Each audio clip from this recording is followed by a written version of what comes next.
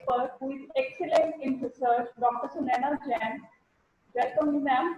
Thank you. Dr. Sunaina Jain is an associate professor and area chairperson operation at Institute of Management Studies, Ghaziabad, with 18 years of rich experience.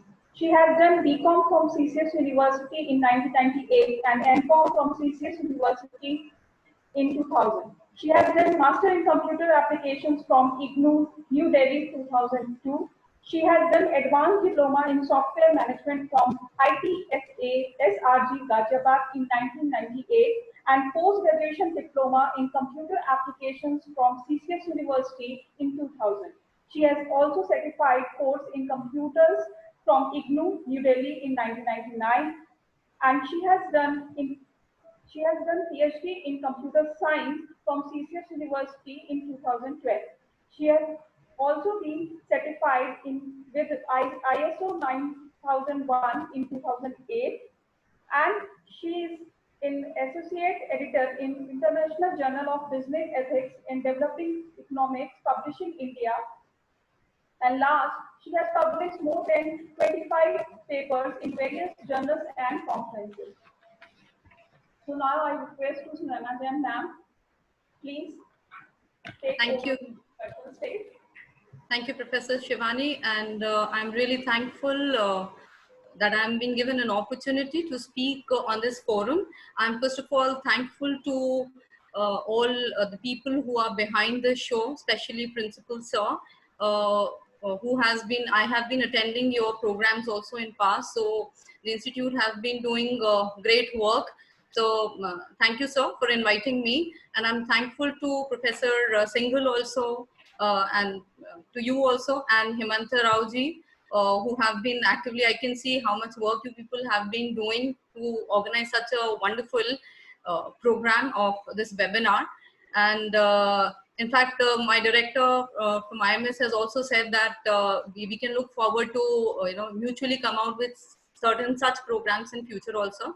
So I'm thankful to my management also from IMS Ghaziabad, who has given me the permission to be part of this webinar. So with no further delay, I think because the participants are eager to listen to the topic, and I'll try my level best to justify whatever knowledge I have. I've tried to put it in one PowerPoint slide, and I would welcome questions from all of you once I'm done with the presentation. So if you permit me, shall I share my screen? Yes, ma'am, please. Okay, thank you.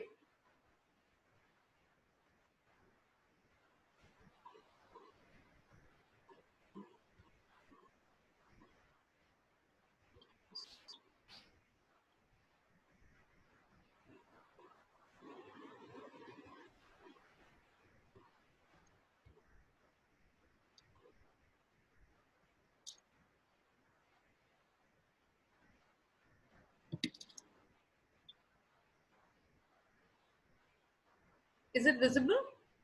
Not yet, ma'am. Okay, just a second.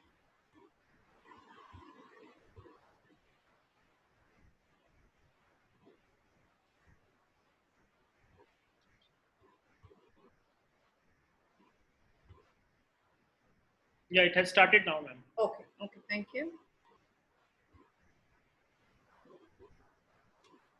Right. So as the topic we are here to discuss is about qualitative research, and anything which starts we should be well aware of the term. I can see there are various professors who are attending this. So please keep on giving your suggestions as and when, if you find something more important can be taken care of over here.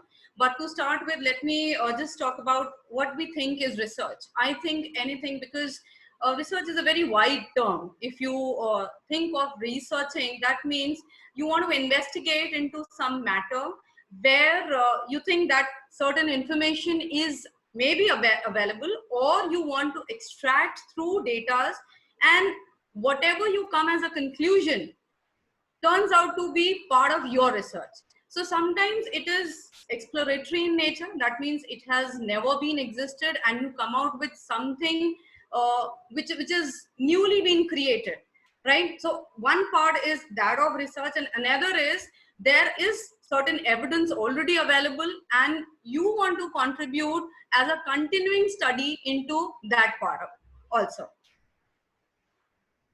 right?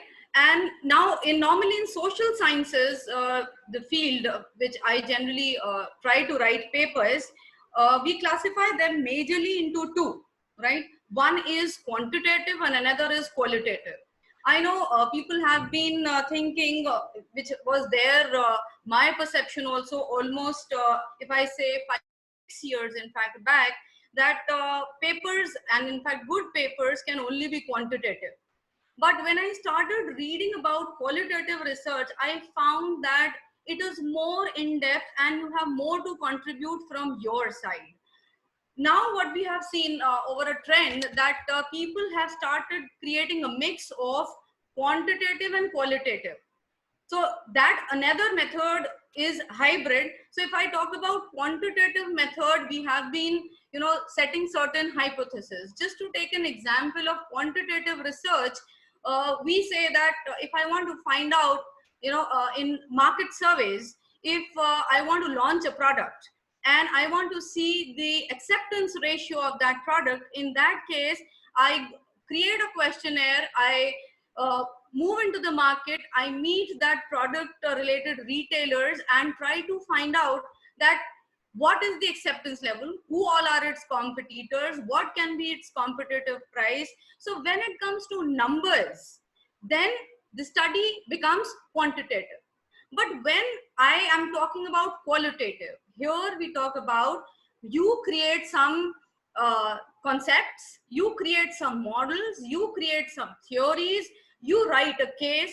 That means there is a fresh idea which you want to constitute and you want to present in a way that it gives certain conclusion. It gives a thought-provoking idea into the mind of others who want to further research. And believe you me, there are so many journals, in fact, top-rated journals. I know, being from the academic fraternity, we are all aware that ABDC category, Web of Science, SCI journals, this is what we treat as benchmark. So, and we all try to select the journals from the list, that if I am looking for something in ABDC journal, so the journal should be either A star category, but maybe because if you are starting with research, you may not enter into that area. But when it comes to you start writing in qualitative, I can assure you, even any new person, who is too new to research, after maybe reading 50 to 60 good qualitative papers, I can assure you can start writing a good paper for a B category journal into qualitative journal categories. And sometimes there are certain things which maybe they're exploratory in nature, but they require a combination of numeric justification also. That means number data also. So today what we have started pursuing is that we look for something of confirmatory nature, that is quantitative also, and something which we want to explore, that is qualitative. So we have named it as a hybrid, that is mixed method. Another category when you talk about action is, it is like if today I talk about some issues that if you go by, some issues which are being faced in educational community, or something related to where you find that this is a very emerging issue and you want to come out, like let's say today's pandemic situation, COVID-19, and you start writing research. So there, if you come out with a combination of qualitative and quantitative, then that same research becomes action oriented. Something which is there dependent on historic data, we name it as mixed method. Something which is very contemporary and is a hot topic in today's time, and you talk about those issues, then that is an action oriented method or approach. Now, if I talk about, as I stated, our main focus, because combination you can create as per your choice, right? Basically, we classify them into either experimental or non-experimental. In fact, in qualitative research, generally they fall into category of experimental, right? And in quantitative, we can have experimental and non-experimental both. But when it comes to classification and qualitative, we normally classify, because if you'll go through internet and various books, you'll find, you know, there are so many sub classifications also being done into qualitative research, but primarily they are being classified into 5 methods of doing qualitative research. One, namely phenomenology. Second, ethnography. Third is narrative inquiry. Fourth is case study, and fifth is grounded theory. I think the most common which we all have heard is case study. And to be very honest, in fact, for the social sciences, the best way to write the paper is either case study or maybe narrative inquiry, and third one is grounded theory, right? Because, you know, in when it comes to anthropology, obviously ethnographic sciences are better. When it comes to psychology, then obviously you can think of phenomenology, right? But these last 3 are more common, more simpler, and more easy to write. My objective today to talk about qualitative is because we generally see, we all have to write papers, right? And we want to write in good research journals. So there are 2 points which we all have to keep in mind, which I started practicing, especially from past 3 to 4 years. Look for good journals. First of all, read paper from those journals only where you want to submit a paper. And thirdly, that once if you have read almost, as I stated, 50 papers of that particular journal where you want to submit the paper, then the quality in itself which will come out of a paper will be at par of what you want to submit. Because every journal, every database have their own style of writing. So when it comes to, because normally what happens is we keep on finding that in quantitative, when it comes to numbers, we all may not be very sound, or we all may not be that comfortable in using the most common software in quantitative research is SPSS, right? People have been talking about the gone are the days when we used to simply say that we try to find out a correlation between certain factors and then their buying decisions. People have been now talking about through structure equation modeling of finding mediation effects, and factor analysis again has been quite a common thing. But then I found that if I really want, because there are ideas, there are ideas floating in your mind that I should write about this, I should write about this. That ways you find yourself limited when it comes to quantitative research, because you do not find primary data so easily available. In right now, whatever the scenario is, you cannot move out, you cannot talk to too many people. So the best way is go for a qualitative research where the idea is your generation of literature review is all yours, and it becomes much easier to write a paper. So it is the best time to utilize to write a paper in this time. Now, when I start with the method, how can we collect data in either of these 2 types of research? When it comes to quantitative, if I specify, then in quantitative, the sample size has to be quite a large. But when it comes to qualitative, because if I'm writing a case study, then obviously my focus would be either one company or maybe top 5 brands where I want to talk to them. How do they idealize? We'll be talking in this in detail. And the best part is that in quantitative, you try to find out how many percentage of people agree to whatever hypothesis you have created, right? You are trying to build a relationship. You want to find out how many agree and how many do not agree. Wherein, when you talk about qualitative research, it is an in-depth analysis.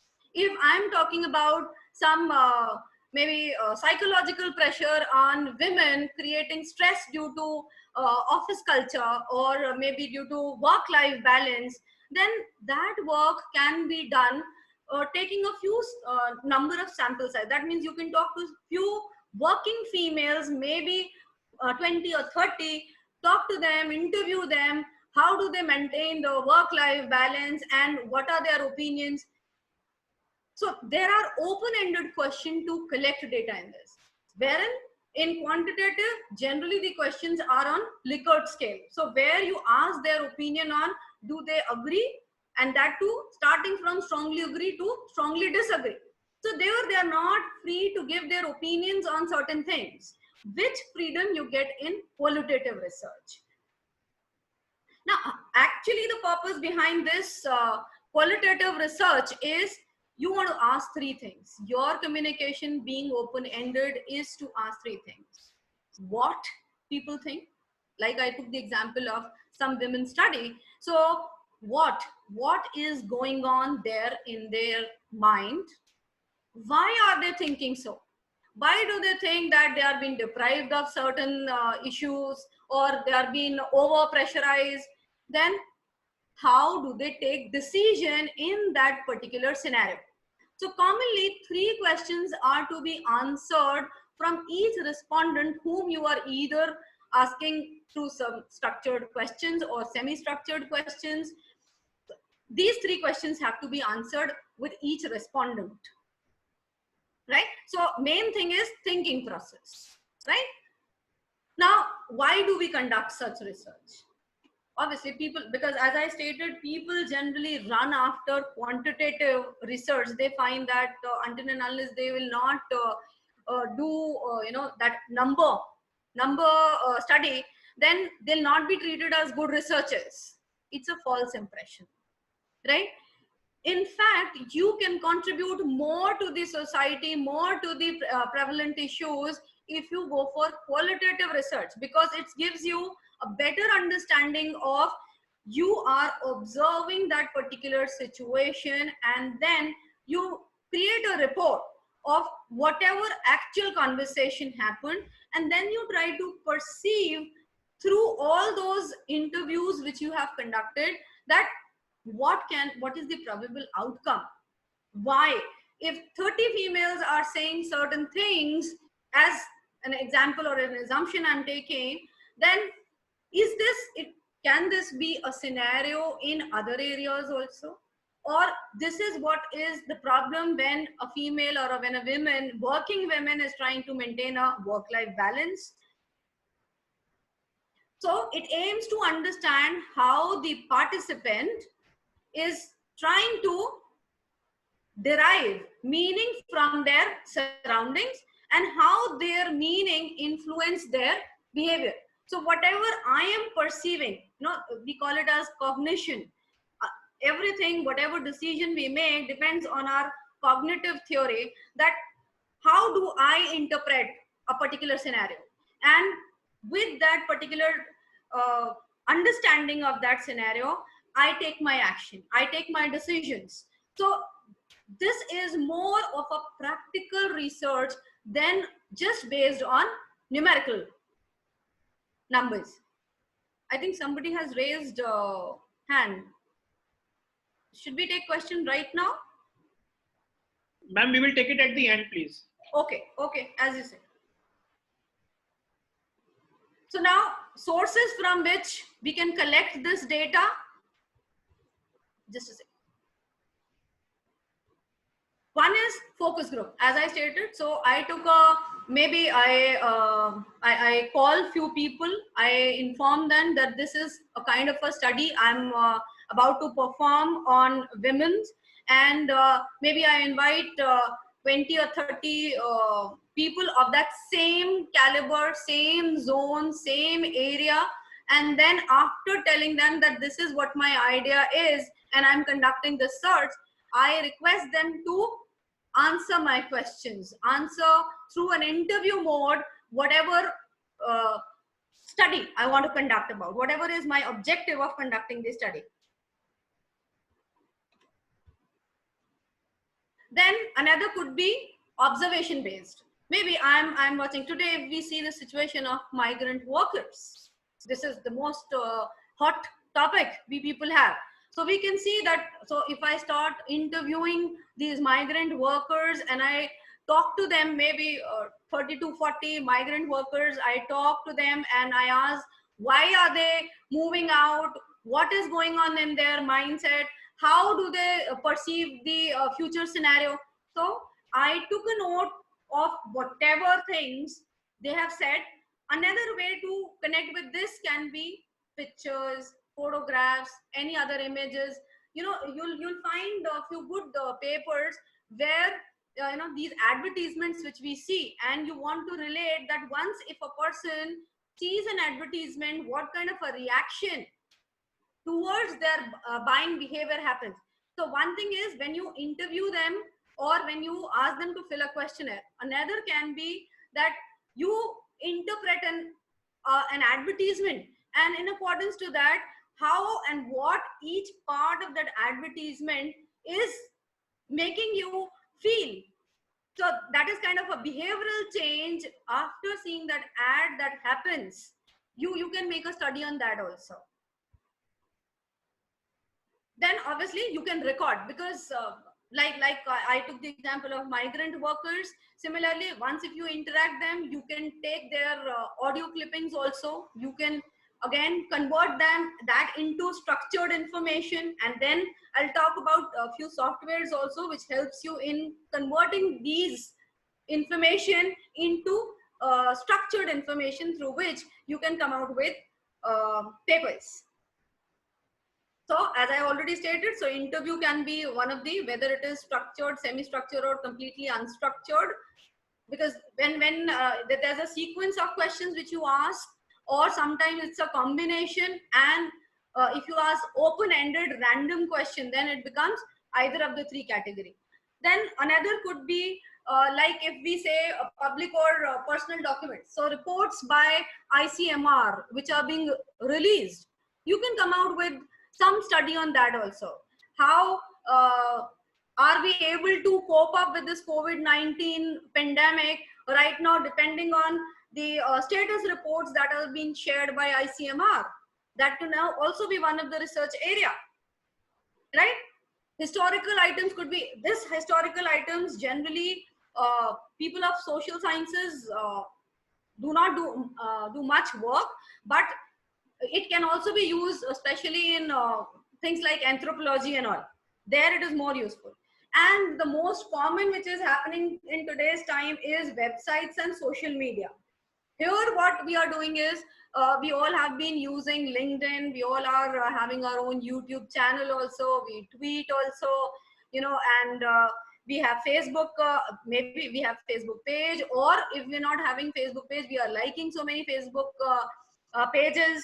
So there are ways to take out data, extract data from these sources, and then put them into the software, convert them into useful information. There are various types of analysis which we can do, namely text analysis, then there are hashtag analysis, semantic analysis, sentiment analysis, many kind of analysis. And that too, you don't have to do software. I think you people must have heard of NVivo, right? This software is able to, because I am personally using this software only, there are two other softwares also.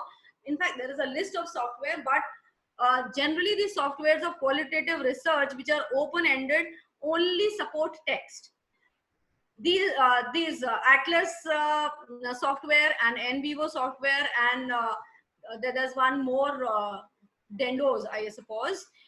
These three softwares, they are not open-ended softwares, but they, if you take the license and you purchase them, then obviously you can try first of all with the trial version, which is free for all, and through that you can find out and you can make the, you know, you in papers you must have seen that there are figures like lot of word summary is being created. So you don't have to do that. You take data, you select words out of it, and then you put it into that word tree, and it creates a tree for you. It creates a word summary for you. It creates a sentiment analysis for you. So the entire work is being done by the software. But the only thing is the objective of the paper should be clear to you, what actually you want to find out. Now the methods, if we talk about, so as we were talking about the 5 basic methods, so here starting with the phenomenology, what I've tried to do is that I have taken up papers in these categories. So I'll keep on showing you papers in each category. Let me just start with the phenomenology, as I stated. So this field is more for people who are writing into philosophy area. The paper more belongs to philosophy, so you can find out journals which are more into philosophy field, and there you try to talk about certain phenomena, right? You either challenge those phenomena, or you try to interview to find out the statements, how people perceive or how do people experience, what has been their experience related to that particular phenomena, right? Now if I take an example on this, I'll show you this. This is now one. I'll take one paper. So this paper says a qualitative study on the perception of public authorities and NGOs. Again, it is through NVivo software. So this is here where this paper goes, which says those who agree to play on our terms will be taken in, and it's a qualitative study on the perception of public authorities and NGO, which are talking about fourth sector activity. So what they have done is, if you will go through the paper, why I'm showing this paper, because at times people say that, you know, there's not much of work being done in this field. So if you go by, I'll show you this. If you go by the abstract only, you will have an idea. So people have been, you know, doing research to find out that what is the opinion of maybe NGOs, maybe the third sector organization on tension related to fourth sector activity. Fourth sector has to be clear, means maybe it is of your field or not. That's why I'm saying that every information may not be of your use, but categories should be clear to you. So where you have to focus, that also I'll tell you if you belong to social sciences field, right? Then another paper I'd like to show you. So Nana ma'am. Yes. Ma'am, your screen is, I think it's showing blank screen to me. Screen is not visible. Now it is visible. Now it is visible. Oh, the paper was not, you were not able to see the paper then? No, ma'am. Can you show the last you can say slide? Which okay, then I'll open it separately. Actually, यहाँ link मैंने डाला था, but मुझे लग रहा है link यहाँ से नहीं. When you click the link, it was not showing anything.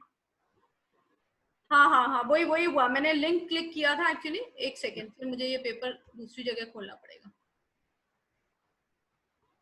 Just a second. Okay, ma'am.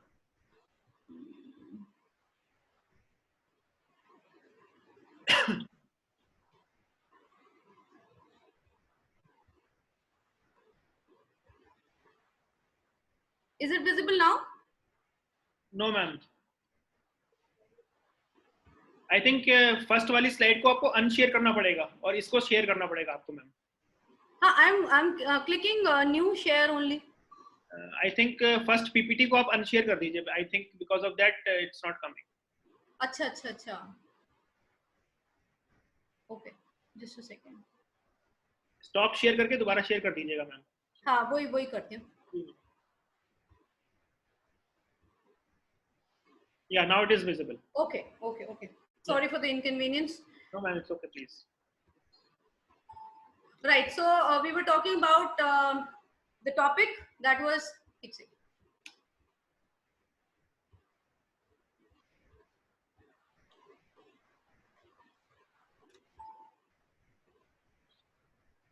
Yeah.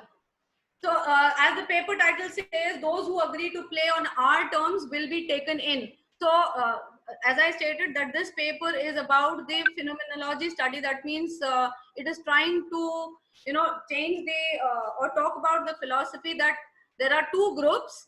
One is of public authorities and another is the NGO who are ready or who are ready to accept the self-organizing fourth sector only on the condition that if they follow their terms, right? So this entire paper I was trying to show you that this talks about, see, it says the main purpose of this study is how to explore tension between fourth sector type activity and public and third sector organization. Now, one thing you must be looking at this, whenever you want to write paper, be it qualitative paper or quantitative paper, I generally say this thing, your literature review has to be very strong. Literature review has to be strong means until and unless something is an invention, you need to have substantial information that you have to identify why you are writing this paper. So that area is called research gap, right? And research gap can only be identified if you have a very strong literature. So as I stated earlier, that you need to go to study a particular topic, at least 50 papers.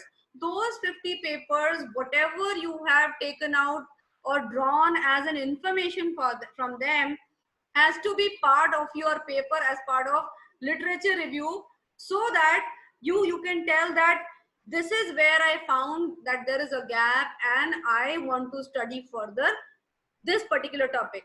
We generally find that in good papers, when you write a conclusion, there is a statement regarding that it is limited to this and there is a further scope of working on so and so. So that further scope in every paper is actually a scope for you to write a paper. Because there are been qualitative paper can be also on something which has been done 10 years back, and now maybe those theory do not exist, those or they have turned out to be obsolete, or they have again revived back.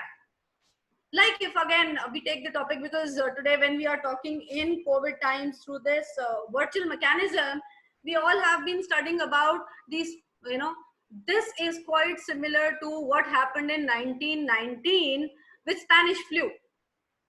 So what are we trying to do? We are trying to relate. So whatever was the research being done at that point of time, you can again find out paper related to similarity between maybe this Spanish flu and COVID-19.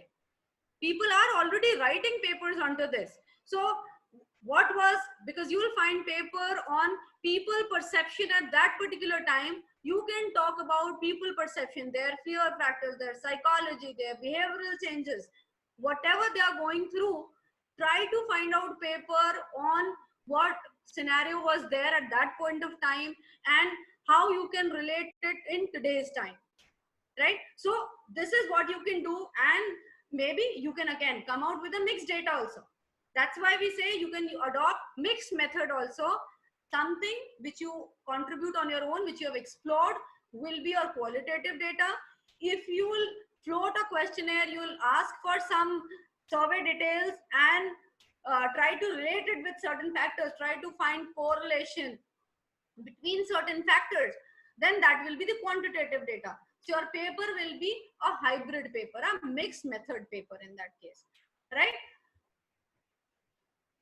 Now I'll go back to the same. Yes.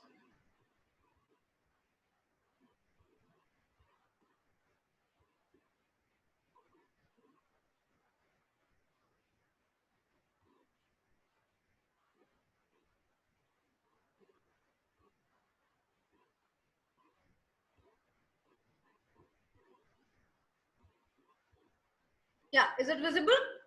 Yes, ma'am, it is visible, ma'am. Slide is visible. Okay, so now I hope phenomenology is clear. The other thing is ethnography. So when it comes to ethnography, because I have told about the different discipline these research belongs to.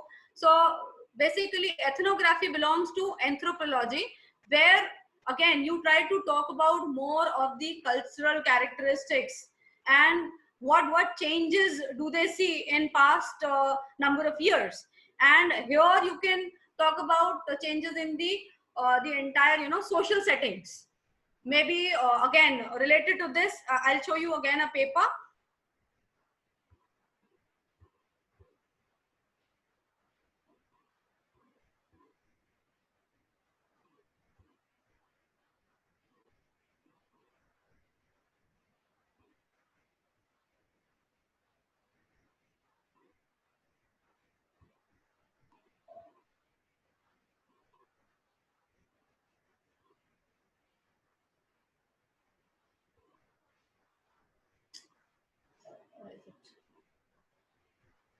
Any issue, ma'am?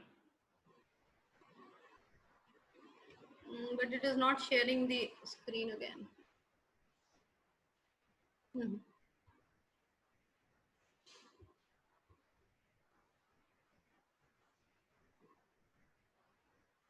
Yes, no.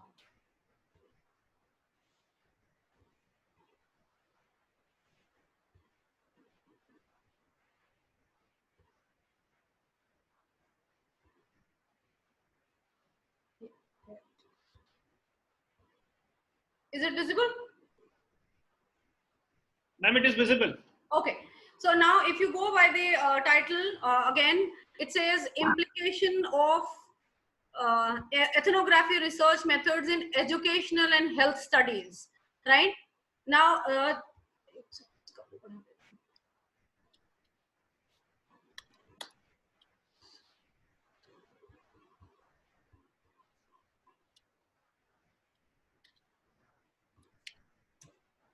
yeah. So, like it says that this study is on educational and health areas are sometimes accompanied by the adoption of a qualitative research approach, and qualitative research aims to achieve natural and first-hand data in the variety of ways. In this regard, this purpose of the present study is to explain the implication of ethnography research methods in educational and health settings, right? So, if you go by the paper,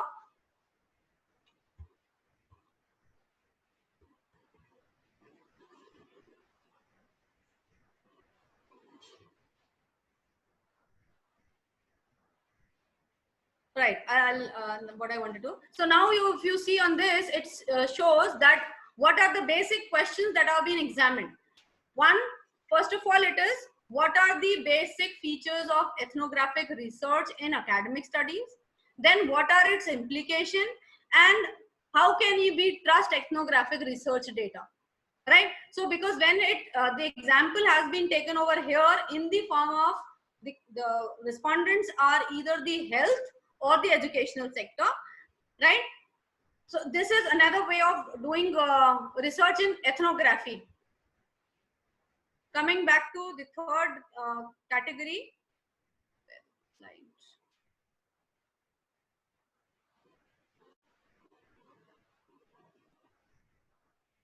yeah, sharing again and again is,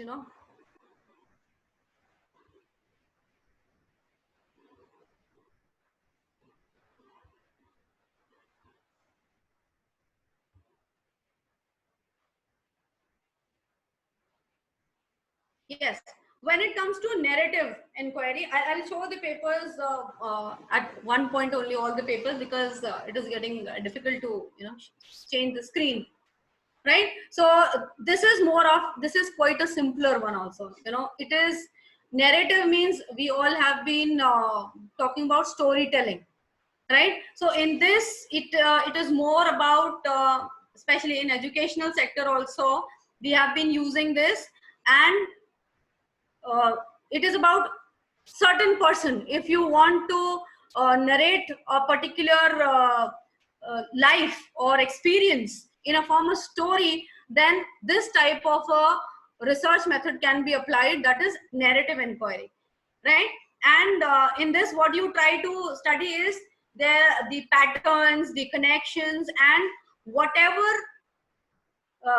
last 10 to 15 years their research has been done into that area, they try to share in the form of a storytelling, right? So that you get a better understanding. Maybe if I start writing something about Ratan Tata and in the form of his experiences, or you must have read Mrs. Narayan Murthy. She keeps on writing papers, so she talks about her own experiences in the form of a storytelling. That kind of a research where you interact with people, you have your own experiences, and then you put them into a paper, that is a narrative inquiry. Fourth one is a case study. Most simplest and most easiest, I think, because I have been successful in writing paper in this case study method. So here you can either create a conceptual framework also, you can In fact, conceptual framework will be more suitable in grounded theory method. Here, what we generally try to do is that maybe let's take Paytm was quite a success when this digitalization and demonetization happened. So people have written a lot about what Paytm has done, what kind of a trajectory growth it has seen. In today's time, if I talk about, you can write about hospitality sector. You know, you can talk about a particular company, let's say something in automobile companies, Mahindra and Mahindra start making ventilators. So you can create a case study on something what new, seeing a situation they have done, what they have been doing in past, what they are doing right now to cope up with the situation. So it is more often, it can be a personality also, right? If I write only and only about let's say Ratan Tata or maybe Ramdev Baba, then in itself, or maybe Patanjali, then it's a case-based paper. There I try to, you know, cover the journey of that particular company. I do the in-depth analysis, ask certain questions, formulate them into certain observation, and then come out with a paper on that. Fifth one is grounded theory, right? In grounded theory, normally what we do is, it is related to sociology. So as I already stated, the last three are more useful for people who are from the social sciences background. Then in that case, what we do when it comes to sociology, so here we try to describe a phenomena through a theory. So if I develop a conceptual framework, let's say what is going on with the today's entrepreneur. People are entering into social entrepreneurship also. People are entering into technology entrepreneurship also. The large houses are also making a shift to web-enabled solution. Every institution, every corporate is trying to turn their business into an online mode also, because they've seen what they have suffered. So a new concept, when you develop a new model, if you propose, then that is part of a grounded theory, right? Now I'll show you the example of all these three all together, right? So that, because shifting of screen was a little difficult at that point of time. So we'll start with this one, right? So here in narrative, we'll be talking about one paper, that is, do the stories they tell get them the money they need, right? Similarly, in case study, we have institutional barriers and enablers. In grounded theory, we'll be talking about paper named as brand love or establishing profitable customers.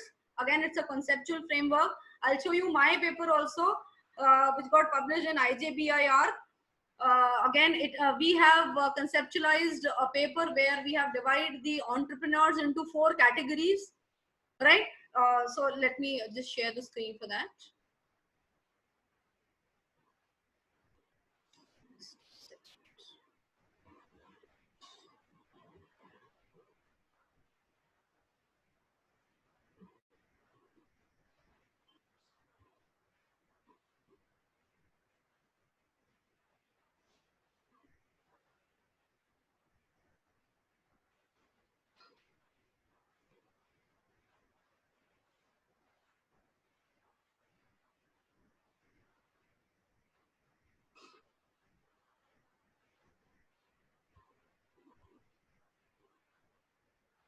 Right. So this paper is on narrative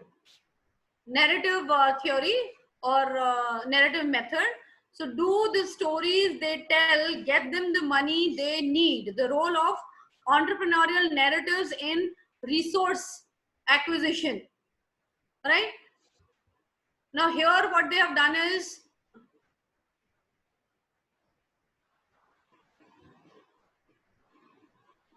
Can you please zoom this? It's little, the text is very small. Can you zoom the screen? I'm just about to do that. Just a second. I'm doing that only. Thank you, ma'am. Is it visible now? Yeah, it's much better, ma'am. Much better. I was trying to do that only. Okay, ma'am. Okay. So if we see here that I'll read a few lines from the starting one only. that if you adopt a narrative approach to a resource acquisition research, we examine the effects of storytelling of a firm's ability to secure capital.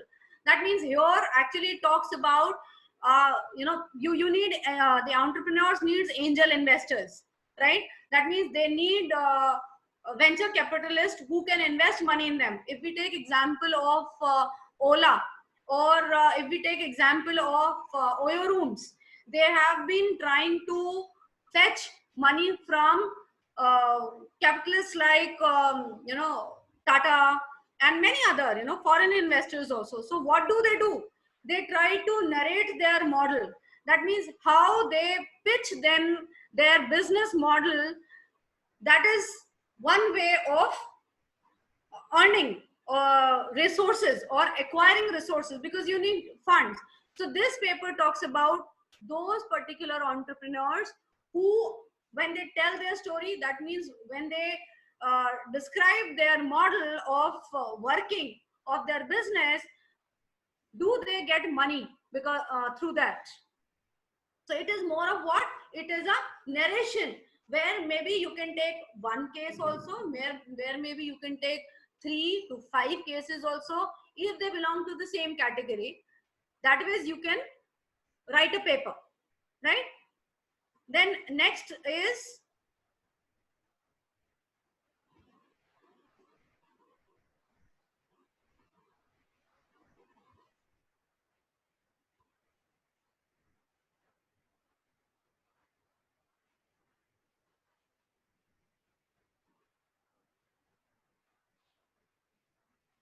institutional barriers and enablers.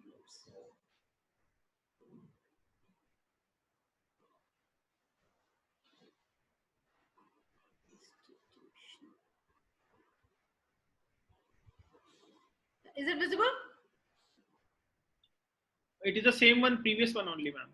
Oh, okay, I have to pause that one. Institutional barriers.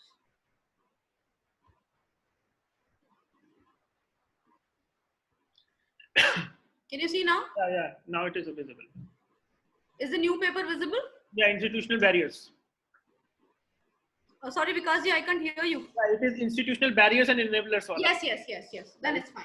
Now, so this paper is more of a case study. You can see in itself, in the title, it is written, it is on a local pharmaceutical industry.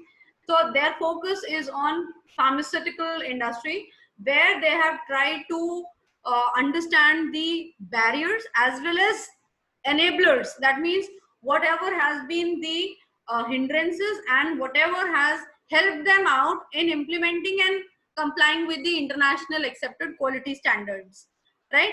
So there are various, like if I have to derive a paper from this, I would I'll change institutional barriers and enablers to implement and complying with internationally accepted quality standards in education sector of India, a qualitative study, right? And there you can talk about any maybe your own institution, or maybe 5 best institution, top premier institution, maybe area wise in Ghaziabad or in Noida, wherever. So what you have to do is you have to keep on specifying whatever is your limitation. If your study is only, like here also they have mentioned Pakistan, but that particular, you can specify that our study is on maybe 5 pharmaceutical, like they have taken 9, so your could be that 5 top institutions in Delhi NCR.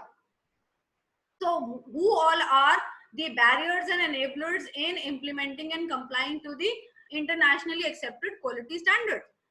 See, that is why I'm saying you have to find out the area where it relates to your interest area, your research interest area, and then you can come out. Because the most difficult task is to finalize a title. I'm telling you, the moment you are clear with what is your title and what is the objective of your study, half your job is done. Because then I've told you, then your next objective, you have to pen down things one after the other. My title is clear, I have stated my objective. Now I have to find out papers. Other way around could be, because if you are having no idea, the only thing you know is you want to write paper on so and so. Maybe that is again pandemic situation, which everybody is doing right now, right? Somebody is writing in hospitality, somebody, and that too in hospitality, people are writing on tourism being affected. People are writing on how people are, Twitter analysis is quite a common these days. People are using YouTube, and what are the views, they are converting it into text, and then finally they are coming out with study. If I'll talk about in vivo software, it will take another, there has to be a complete FDP on that, because there are various things which you need to learn to run that, which we can do later on. But here I'm trying to tell you is that try to find out first of all topics on which qualitative research can be done. Right, now we'll talk about the last area, that is ground theory. Oh, sorry, grounded theory. Here it is. Brand love. Yeah.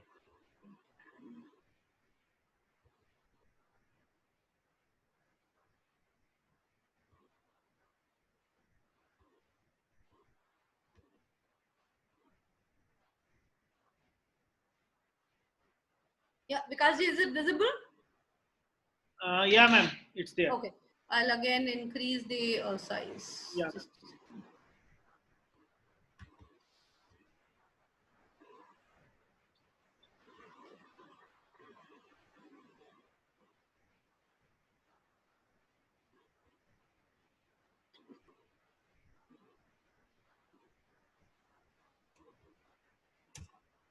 yes. So now, if you see, this paper is on brand love. So here, what we have done is, it says, using a grounded theory approach, the author investigates the nature and consequences of brand love. That is arguing that research on brand love needs to be built on an understanding of how consumers actually experience this phenomena. They conduct 2 qualitative studies to uncover the different elements, that is features on the consumer prototype of brand love. Now, then they use, obviously, as I stated, so here what they have done is, first of all, they have taken experiences of people, which is qualitative part, and then they have applied quantitative study into this, where they've used SEM modeling to find out the mediating effect of people preference to maybe quality of product. That ways this paper has gone, right? Then if I show you my paper, just a second,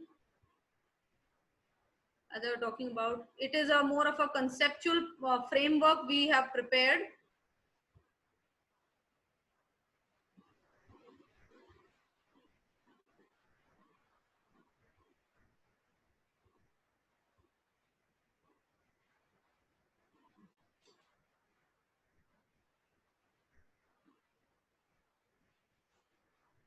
Yeah, yes.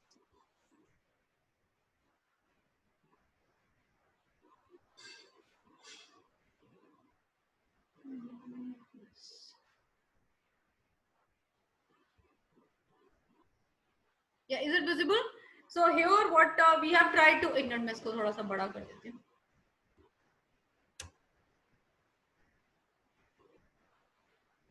Right, so this paper is on a behavioral study of risk and technology for entrepreneurial firms, and we have devised a TART model into that, right? And here what we try to, we obviously, as I'm stating my way of writing the paper, so here what we have done is that we wanted to write a paper on something related to what new entrepreneurs are doing. And again, the things which were there in our mind was, what is Paytm doing, what is these digital platforms, other than that also doing. So what we did was we classified our study. So there we took 2 factors as the most important factors. One was technology, another was risk. That means how do the entrepreneurs react to these, and we classified. See here, if you see this, I'll elaborate, show it more. So what we have done is, we have designed 4 pillars, right? One is change in working model. Then another was self-driven. That means people, or the entrepreneurs want to change on their own. Third is because of advancement of technology, they bring out change. And fourth is because they want to give value for customer. So they want to give better services, value added services to customers, so they bring out change. And here, if you go by my this paper's literature review, you can see, and I have opened specially the paper where you, through good research papers, you get these kinds of comments. So you can see that here I have mentioned different papers. I wanted to show you the list also of number of papers we have incorporated here.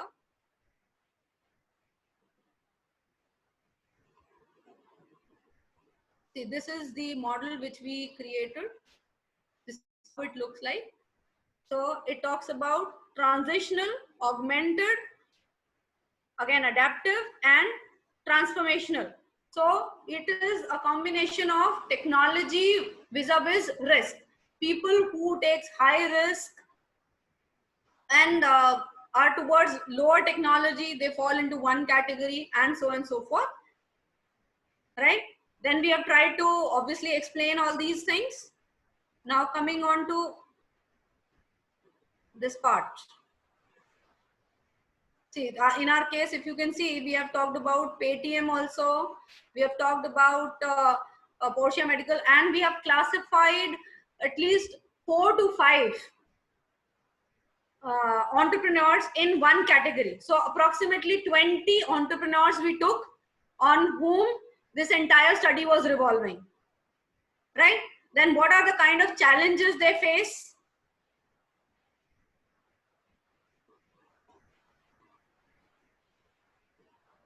Now you can see that this is how we have taken up the papers. Not moving. Yes. And these are certain information from the website.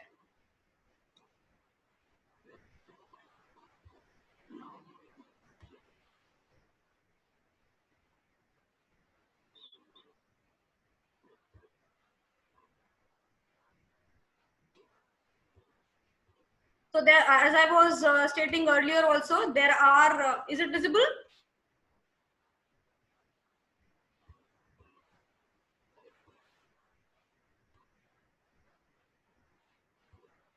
Because is it visible?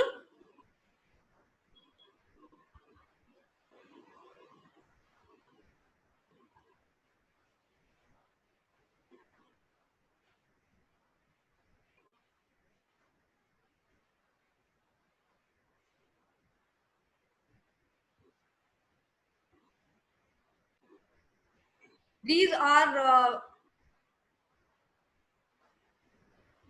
few softwares.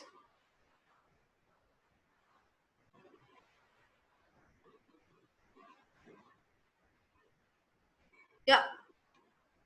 So softwares, as I was stating earlier, so one is NVivo, and I'm telling you, I have tried on my own. My recent paper is also on through this NVivo software, and it is quite a user-friendly software.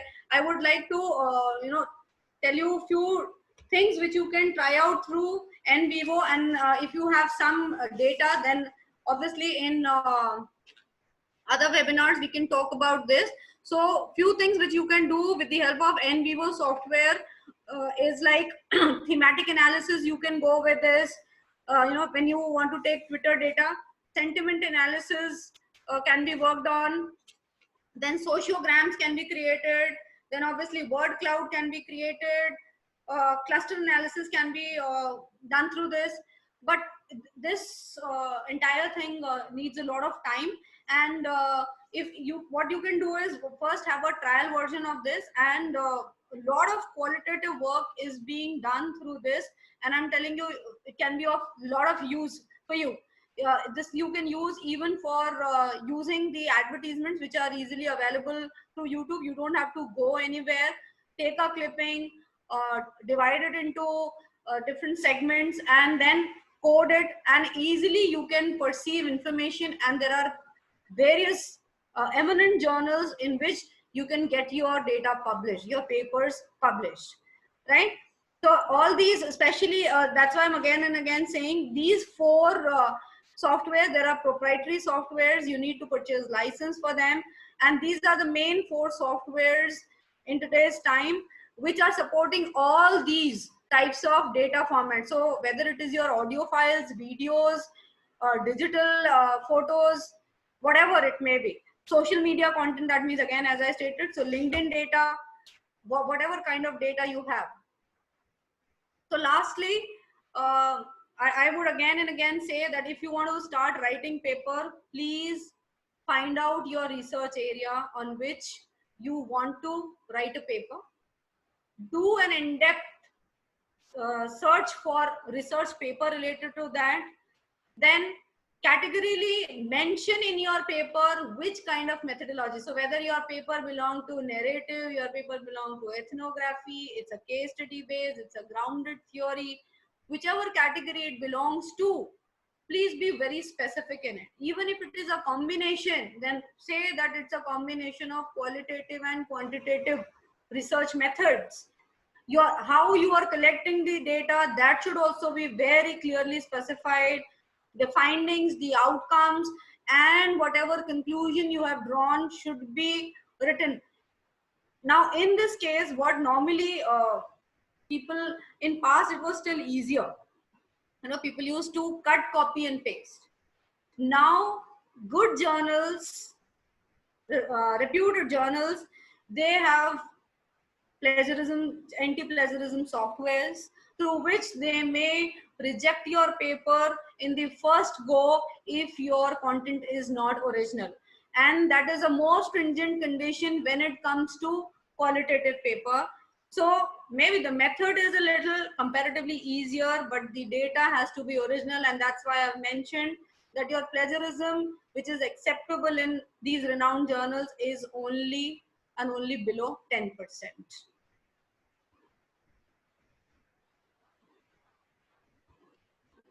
Thank you. If you have questions, then I'm okay with that. Because I am done with my content. Thank you so much, ma'am. Thank you so much. It was a wonderful session, and as I've been continuously taking up with the chats and like going through all Sorry, you are not audible. एक second, ये कम क्यों आ रहा है? You can unshare the screen, ma'am.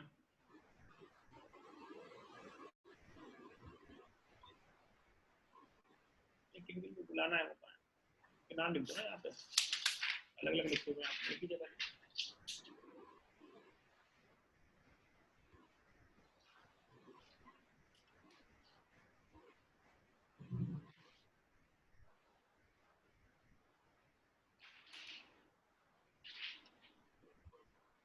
Just a second, I am not able to.